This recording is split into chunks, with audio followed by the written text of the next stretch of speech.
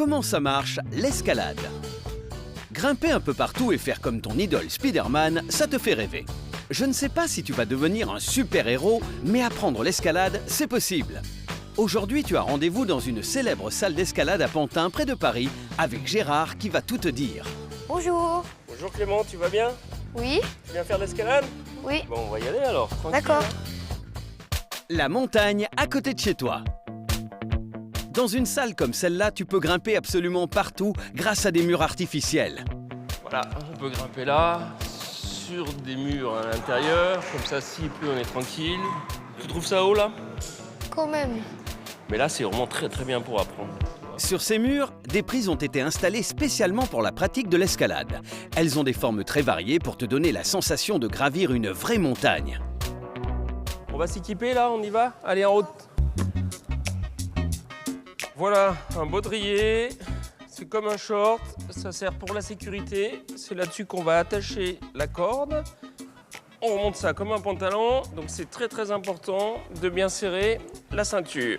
Et pour grimper, tu auras aussi besoin de chaussons. Elles sont pas trop petites, mes chaussures. C'est fait exprès, hein. Il faut beaucoup de précision, donc on serre très fort le pied, parce qu'en escalade, tu vas voir, on va beaucoup utiliser les pieds et les jambes. En plus, tu pourras utiliser de la magnésie. C'est une poudre qui va permettre à tes mains de ne pas glisser lorsque tu attraperas les prises. Dans une salle d'escalade, on suit des voies qui sont comme des chemins que l'on doit emprunter sur les murs. On les reconnaît grâce à leur couleur et aussi à leur numéro. Mais en quoi on reconnaît une voie facile et difficile? Plus difficile Par exemple, que l'autre. entre la jaune et la violette. Alors, ce qui rend une voie plus difficile, des prises plus petites, plus difficiles à tenir, ou alors plus éloignées. D'accord? On voit la difficulté avec le petit chiffre qu'il y a là sur les étiquettes. Plus ça monte, 5, 6, 7, 8, C'est 9, difficile. plus c'est difficile. 9, c'est vraiment les champions du monde, là. Hein. OK?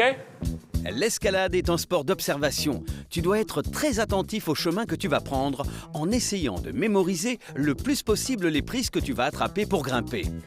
Oula, ça monte vraiment haut là. À toi de grimper. Mais qu'est-ce qui se passe si je tombe? Bah, si tu tombes, on va être reliés tous les deux par une corde. On grimpe toujours à deux. Un grimpeur et un assureur. La corde t'empêche de tomber par terre.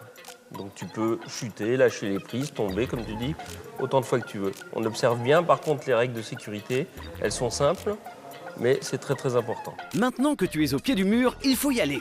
Allez, on est équipés. On y va dans la jaune, là? Ok. Allez, pas de tu problème. grimpes.